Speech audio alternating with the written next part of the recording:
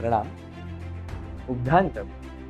ઉપધાન એટલે ઉપવાસમાં મક્કમતા ધરી, પરિગ્રહોને ઓછા કરી, ધર્મ ધ્યાનમાં લીન બની, હૃદયના શુભ ભાવે ચડી, આંતરશત્રુ પર વિજય મેળવી, નિત્ય ક્રિયામાં મસ્ત રહી, પોતાના આત્માનું ડિટોક્સિફિકેશન કરી એને પ્યુરિફાય કરવાની સાધના એટલે જ ઉપધાન તપ.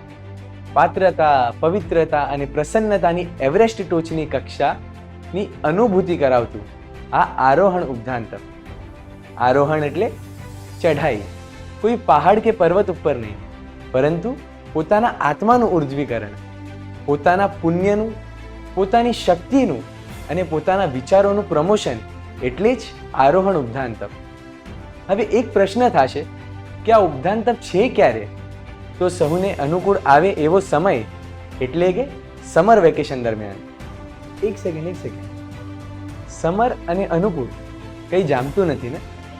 એનું પણ સોલ્યુશન છે આપણી પાસે. શ્રી પાર્શ્વ પ્રજ્ઞાલય તીર્થ તલેગાંવની ધન્યધરા પર ઉનાળામાં પણ હિલ સ્ટેશન જેવી ફીલ અપાવનાર એવું આ સંકુલ છે. હવે સદગુરુ વગર તો ઉપધાન થવા મુશ્કેલ છે, કેમ કે એ જ તો આપણને નૌકાર, ઇર્યાવહ્ય, લોગસ્ય, નમુથુણમ, પુખ્ખરવર્ધી અને સિદ્ધાણમ બુદ્ધાણમ જેવા સૂત્રો જે આપણા જીવનમાં નિત્યક્રમે કામ લાગે છે. સવારે જિનાલયમાં ચૈત્યવંદનથી લઈને રાત્રે દેવસી પ્રતિક્રમણ સુધી એ આપણને ઉપયોગી બને છે.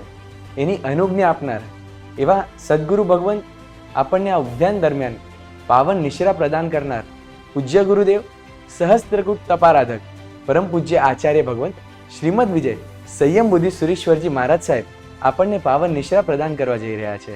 આ આરોહણ ઉપધાન તેમની નિશ્રાથી ધન્ય ધન્ય થઈ જવાનું છે.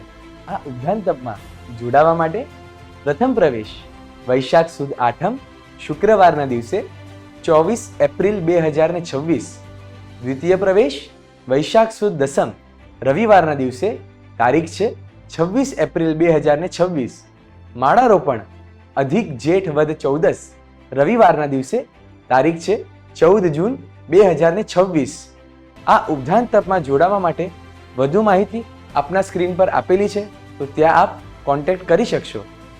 હું આ આરોહણ ઉપધાન તપમાં જોડાવા જઈ રહ્યો છું.